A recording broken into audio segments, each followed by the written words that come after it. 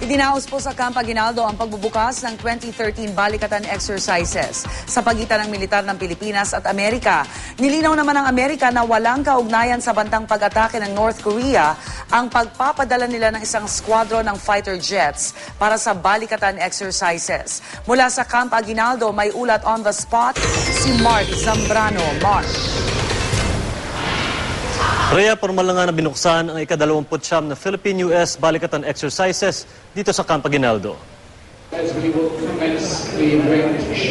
Mahigit 8,000 Filipino at US personnel ang magiging bahagi ng bilateral military exercises na magaganap sa ilang lokasyon sa Luzon.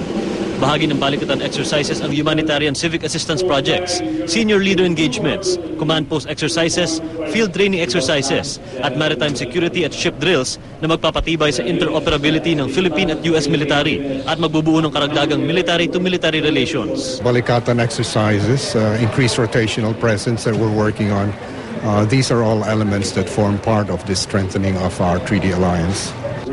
Sa opening remarks, pinaalala ni US Ambassador to the Philippines Harry K. Thomas ang kahalagahan ng kooperasyon sa pagitan ng Philippines at US military, lalo na sa mga nangyaring disasters tulad ng Typhoon Pablo noong Disyembre. Ginit ni Thomas na hindi lang sa depensa nararamdaman ang kahalagahan, kundi pati na rin sa mga komunidad na nabibigyan ng assistance. Dagdag pa ni Thomas, partikular na focus pa rin ng Amerika ang kapayapaan, lalo na sa bantang pag-atake ng North Korea sa Amerika. We'll continue to work toward peace, but Secretary Kerry and President Obama, Secretary Hagel have made clear the United States policy that we are not going to permit North Korea to become a nuclear state or be able to target the United States. We are very capable of defending ourselves. Pinabulaan na naman ni Brigadier General Richard Simcoe na hindi dahil sa banta ng North Korea kaya sila nagpadala ng isang squadron ng FA-18 Hornet jets para sa Balikatan 2013.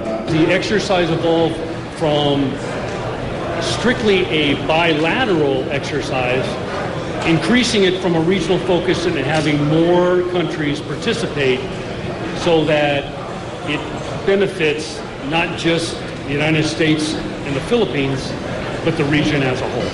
Ayon sa US military, magde-deploy sila ng 20 air assets para suportahan ng mga military personnel na kasama sa exercises para lalong palawigin ang humanitarian assistance and disaster relief sa Central Luzon. 9 na aircraft naman ng Philippine Air Force at 3 vessel ng Philippine Navy ang kasama rin sa deployment para sa Balikatan 2013. Inimbitahan din ng mga security officials mula sa Australia, Brunei, Japan, Republic of Korea at Thailand. Rhea, magtatagal ang Balikatan 2013 hanggang April 17. Yan muna ang latest mula dito sa Camp Aguinaldo. Rhea? Maraming salamat, Mark Zambrano.